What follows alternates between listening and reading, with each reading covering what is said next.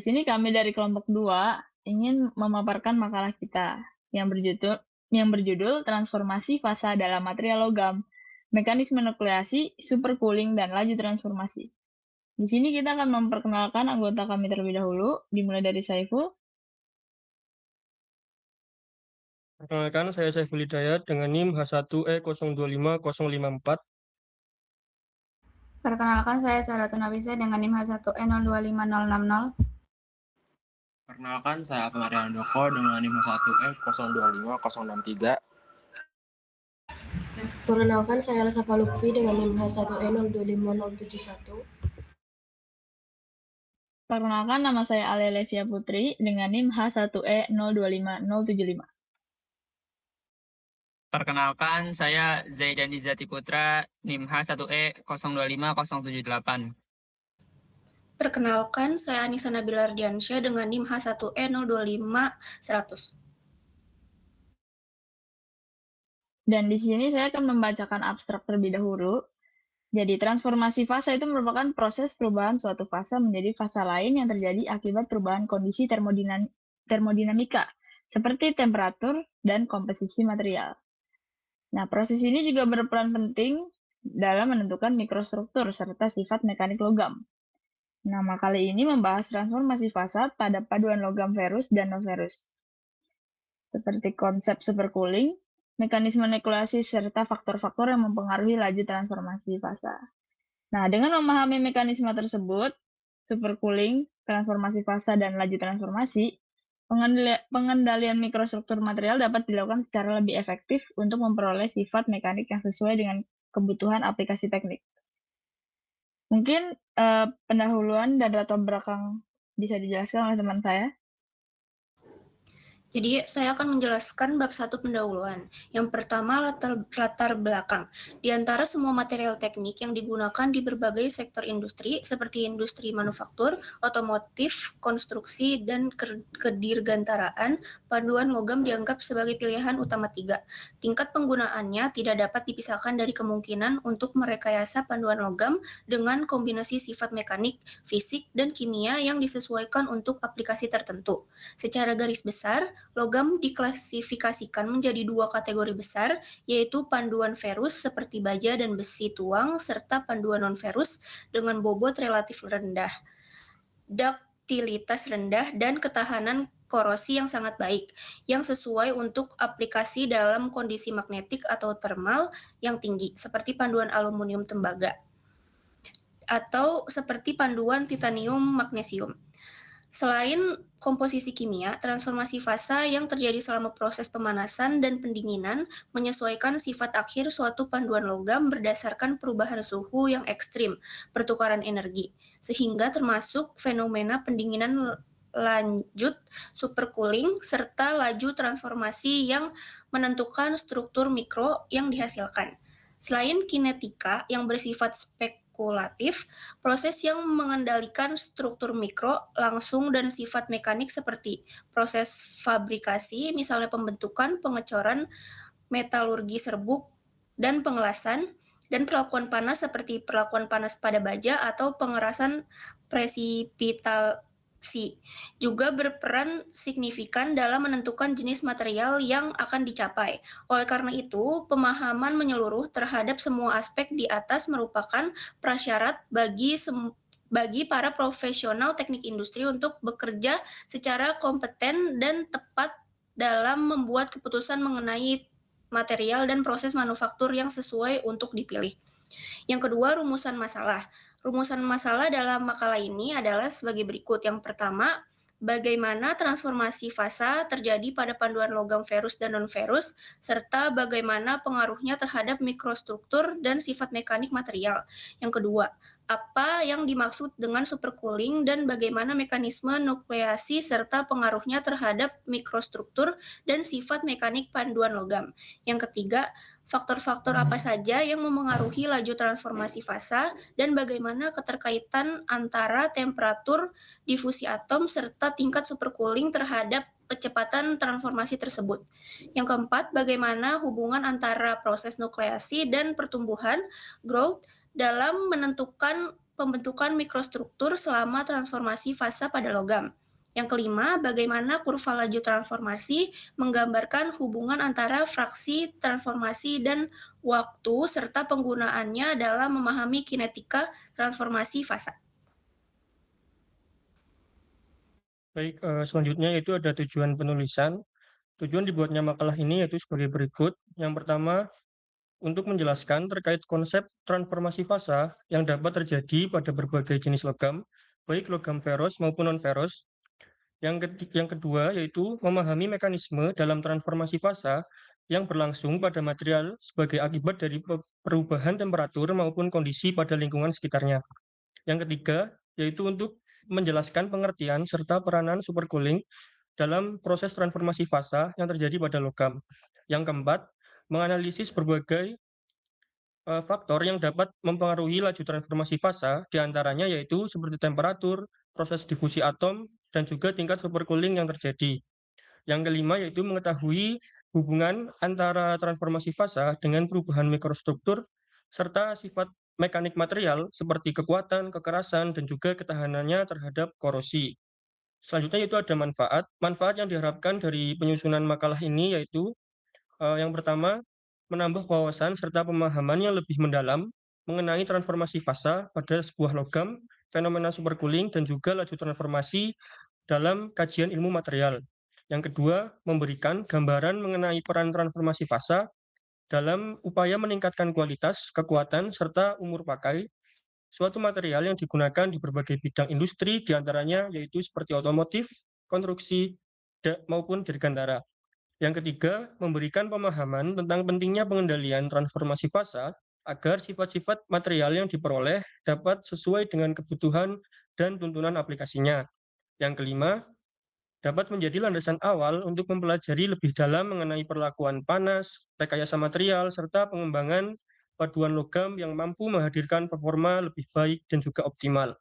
Yang kelima yaitu dapat dijadikan sebagai salah satu sumber referensi yang bermanfaat dalam memahami hubungan antara struktur mikro maupun struktur mikro suatu material dengan sifat-sifat yang dapat dihasilkannya. Yang selanjutnya yaitu bab pembahasan. Pertama, transformasi pada semua jenis logam. Transformasi fasa merupakan proses perubahan suatu fasa menjadi fasa lain akibat perubahan temperatur, tekanan, atau komposisi kimia material. Pada logam, transformasi fasa terjadi karena sistem cenderung mencapai kondisi energi yang lebih rendah dan lebih stabil secara termodinamika. Perubahan fasa tersebut dapat menghasilkan mikrostruktur yang berbeda sehingga mempengaruhi sifat mekanik, fisik, maupun kimia material. Secara umum, transformasi fasa dapat terjadi pada logam ferros maupun non-ferros, meskipun mekanisme dan produk transformasi yang dihasilkan dapat berbeda sesuai dengan jenis paduan dan kondisi proses yang digunakan. Kemudian, transformasi pada logam ferros. Pada paduan besi karbon, transformasi fasa berkaitan dengan perlakuan panas, perkembangan mikrostruktur, dan sifat mekanik material. Ketika baja dipanaskan hingga berada pada daerah austenit, karbon larut secara homogen di dalam struktur kristal besi gamma. Selama proses pendinginan, austenit akan mengalami transformasi menjadi mikrostruktur lain yang lebih stabil sesuai dengan kondisi temperatur dan waktu transformasi. Transformasi yang paling mendasar yaitu reaksi eutektot yang merupakan perubahan austenit menjadi ferit dan sementit. Produk dari transformasi ini disebut perlit yang tersusun dari lapisan ferit dan sementit yang terbentuk secara bergantian. Temperatur transformasi mempengaruhi ukuran dan jarak antara lamela perlit. Transformasi pada temperatur yang lebih tinggi menghasilkan kuarsa perlit, sedangkan transformasi pada temperatur yang lebih rendah menghasilkan fine perlit. Fine perlit memiliki kekuatan dan kekerasan yang lebih tinggi dibandingkan dengan kuarsa perlit karena jarak antar lapisan yang lebih rapat. Ketika austenit didinginkan sampai temperatur yang lebih rendah sebelum transformasi berlangsung, akan membentuk bainit. Mikrostruktur bainit terdiri dari ferit dan sementit, tetapi mempunyai morfologi yang berbeda dengan perlit. Karena struktur yang lebih halus, bainit memiliki kekuatan dan ketangguhan yang lebih baik dengan perlit. Pembentukan bainit memerlukan difusi atom karbon pada rentang temperatur yang berbeda. Pada laju pendinginan yang sangat cepat, austenit tidak mempunyai cukup waktu untuk mengalami transformasi secara difusional. Dalam kondisi ini akan terbentuk martensite melalui transformasi tanpa difusi. Martensite terbentuk akibat perubahan struktur kristal secara tiba-tiba sehingga atom karbon terperangkap di dalam kisi kristal. Selanjutnya ada transformasi pada logam non-ferrous.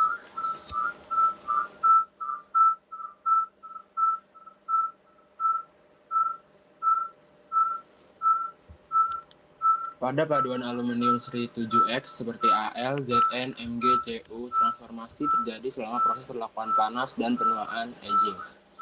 Setelah material dipanaskan hingga membentuk larutan padat homogen dan kemudian didinginkan cepat quenching. Terbentuk larutan padat lewat jenuh. Selama proses aging, terjadi transformasi bertahap dari GP zones menjadi N, eta prime, dan akhirnya eta prime Mgen Zn. Prestisasi fase-fase tersebut menghambat pergerakan dislokasi sehingga meningkatkan kekuatan dan kekerasan material. Karena sifatnya yang ringan dan kuat, paduan aluminium jenis ini banyak digunakan pada industri pesawat terbang dan transportasi. Pada paduan magnesium aluminium, transformasi fasa terjadi ketika material mengalami pemanasan, sehingga fasa menstabil, berubah menjadi fasa stabil. Perubahan ini terjadi karena atom-atom dalam material bergerak menuju susunan yang lebih stabil secara termodinamika. Transformasi tersebut mempengaruhi struktur mikro serta sifat mekanik material, seperti kekuatan, kekerasan, dan ketahanan terhadap deformasi. Oleh karena memiliki massa jenis yang rendah, paduan magnesium banyak dimanfaatkan dalam industri otomotif dan dirgantara untuk mengurangi berat komponen tanpa mengurangi performa secara signifikan. Selain transformasi fasa dalam material, dalam logam non-ferrous juga mengalami transformasi pada lapisan permukaannya akibat oksidasi. Ketika aluminium dan magnesium dipanaskan dan lingkungannya mengandung oksigen, permukaan logam membentuk lapisan oksida yang lebih stabil. Pada aluminium, lapisan oksida amorf berubah menjadi alumina dan kemudian A-alumina, sedangkan pada magnesium terjadi transformasi dari magnesium hidroksida menjadi magnesium oksida. Lapisan oksida ini berfungsi sebagai pelindung alami yang membantu mengurangi laju korosi dan oksidasi lebih lanjut sehingga umur pakai material menjadi lebih panjang.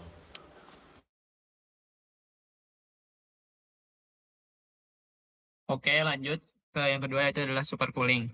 Supercooling atau undercooling merupakan kondisi termodinamika di mana suatu material didinginkan di bawah temperatur kesetimbangannya tanpa mengalami perubahan fasa secara spontan, sehingga material berada dalam keadaan metastabil. Derajat supercooling didefinisikan sebagai selisih antara temperatur kesetimbangan transformasi dan temperatur aktual material. Secara termodinamika, supercooling berkaitan langsung dengan perubahan energi bebas. Pada temperatur kesetimbangan, energi bebas kedua fasa berada dalam kondisi setara sehingga tidak ada gaya pendorong transformasi. Ketika material didinginkan di bawah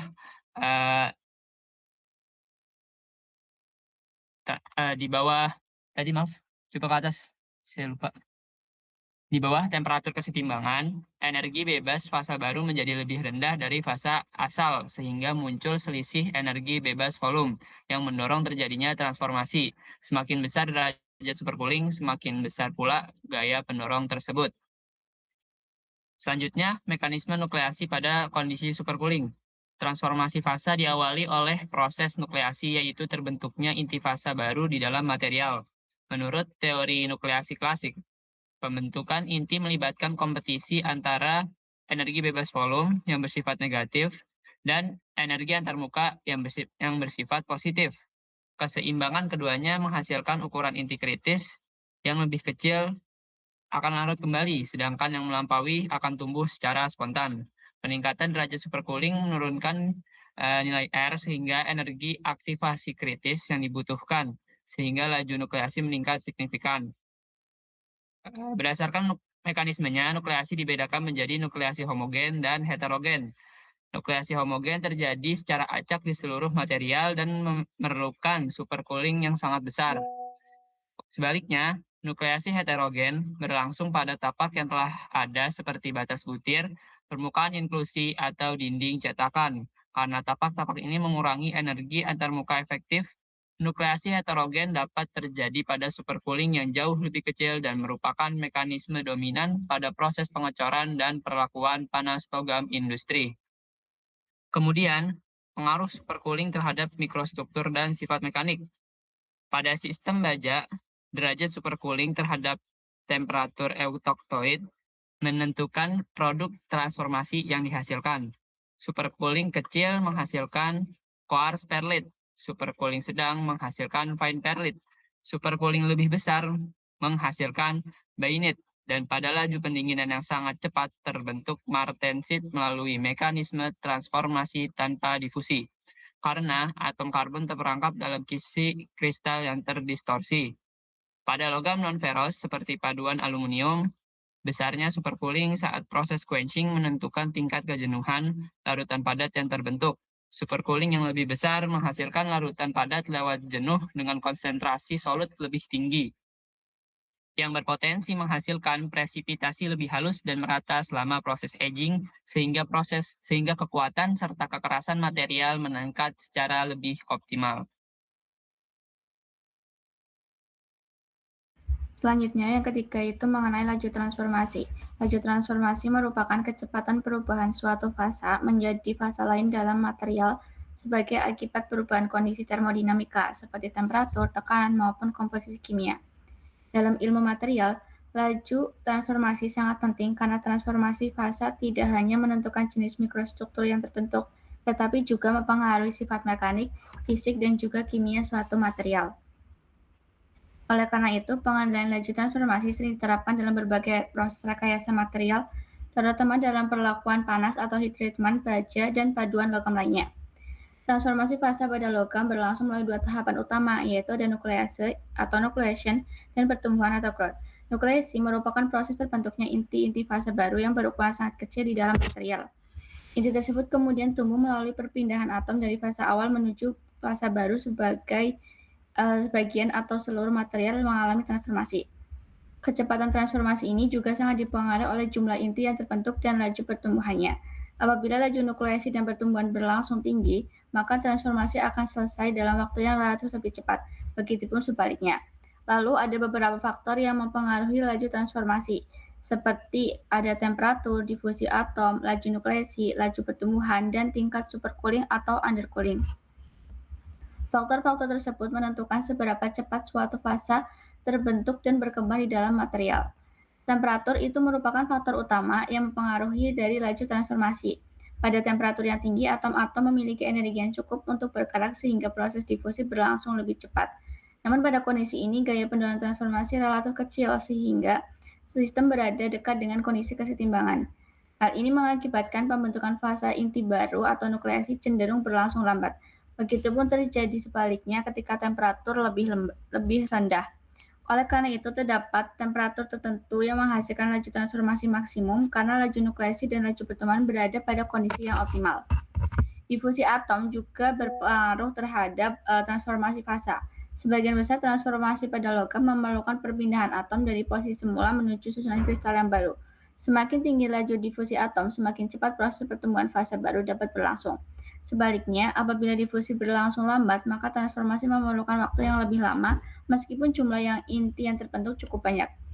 Selain itu, tingkat supercooling juga mempengaruhi laju nukleasi, yang merupakan kondisi ketika material didinginkan hingga berada di bawah temperatur transformasi kesetimbangan tanpa mengalami perubahan fasa. Semakin besar tingkat supercooling, semakin besar pula gaya pendorong termodinamika untuk terjadinya transformasi, sehingga jumlah inti yang terbentuk meningkat. Akan tetapi, apabila supercooling terlalu besar, maka difusi atom menjadi sangat lambat sehingga laju pertumbuhan fasa menurun. Oleh karena itu, laju transformasi tertinggi umumnya terjadi pada tingkat supercooling menengah, yaitu ketika nukleasi dan pertumbuhan berlangsung secara seimbang. Faktor lain yang mungkin dapat mempengaruhi laju transformasi itu ada komposisi kimia, ukuran butir, serta keberadaan cacat kristal, seperti batas butir, dislokasi, dan inklusi. Daerah-daerah tersebut sering bertindak sebagai lokasi nukleasi yang mempermudah terbentuknya fase baru.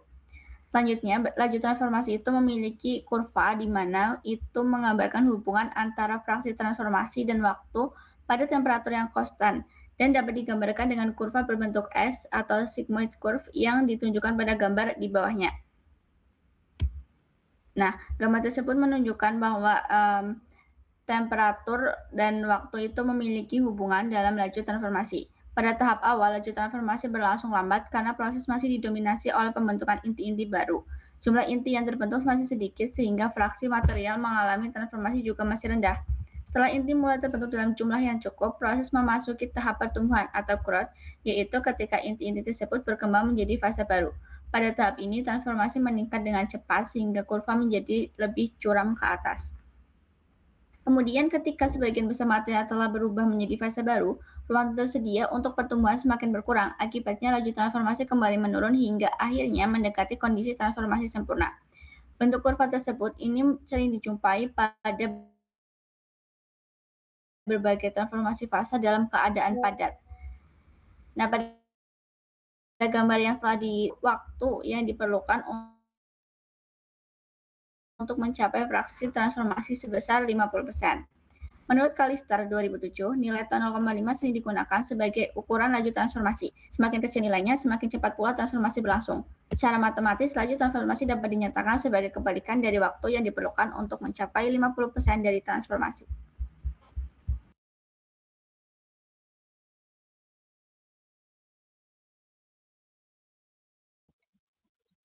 Jadi kesimpulannya, transformasi fasa yang terjadi selama proses pemanasan dan pendinginan sangat berpengaruh pada sifat akhir suatu paduan logam.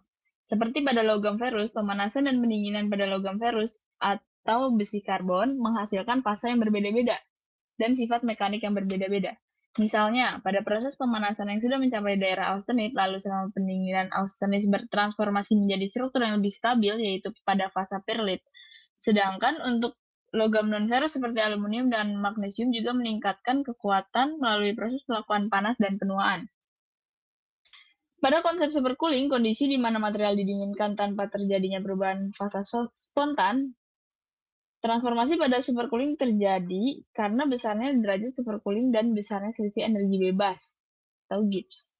Supercooling diawali dengan nukleasi atau pembentukan inti baru, lalu meningkatkan laju nukleasi sehingga menghasilkan butir yang halus dan material yang lebih kuat. Jika pada kinetika laju transformasi ditentukan oleh dua proses utama, yaitu nukleasi dan pertumbuhan, temperatur di sini sangat berpengaruh pada difusi cepat atau difusi lambat yang berdampak pada kecepatan transformasi. Sarannya, pada optimasi perlu adanya standarisasi pengendalian derajat supercooling dalam proses pengecoran dan perlakuan panas untuk memastikan konsistensi kualitas mikrostruktur. Mendalami hubungan antara laju pendinginan sebagai variabel kontrol dengan stabilitas fasa pada paduan logam, pada implementasi industri manufaktur harus mengintegrasikan pengamatan thermal diferensial sebagai referensi utama dalam menentukan prosedur heat treatment yang etis.